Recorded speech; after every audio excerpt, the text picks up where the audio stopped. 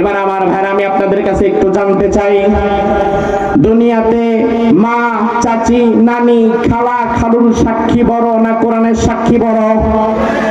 তাইলে আমার মা, চাচি, নানি বলেছে এটা আমার বাবা, তারপরে আমি বিশ্বাস করলাম এটা আমার বাবা, সারা জীবন এই বাবারে ছাড়া আমি অন্য কাউরে বাপ ডাকলাম না। আর আল্লাহ তাআলা ১৫০০ বছর আগে বলেছে, বান্দা তুমি যদি মুসলমান হতে চাও তোমার জাতির পিতা হবে ইব্রাহিম।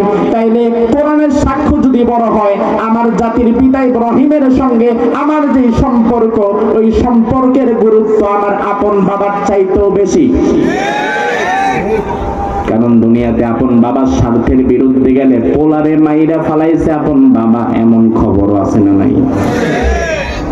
ছেলের হাতে বাবা খুন, বাবার হাতে ছেলে খুন হর হামেশা হচ্ছে।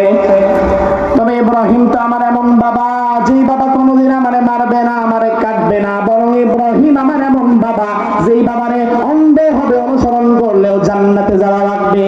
সুবহানাল্লাহ। আমার ভাইরা, তাহলে এবার ইমানের ভিত্তিতে জবাব দেন, ইব্রাহিম যে আমার জাতির পিতা এটা বলেছেন কে?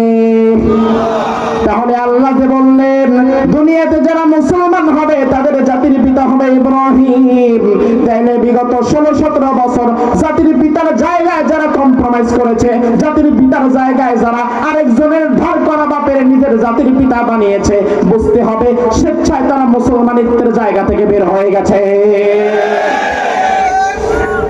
কারণ মুসলমান যদি হও, কিয়ামত হয়ে যাবে, জাতির পিতার প্রশ্নে তোমাকে অনড় থাকতে হবে।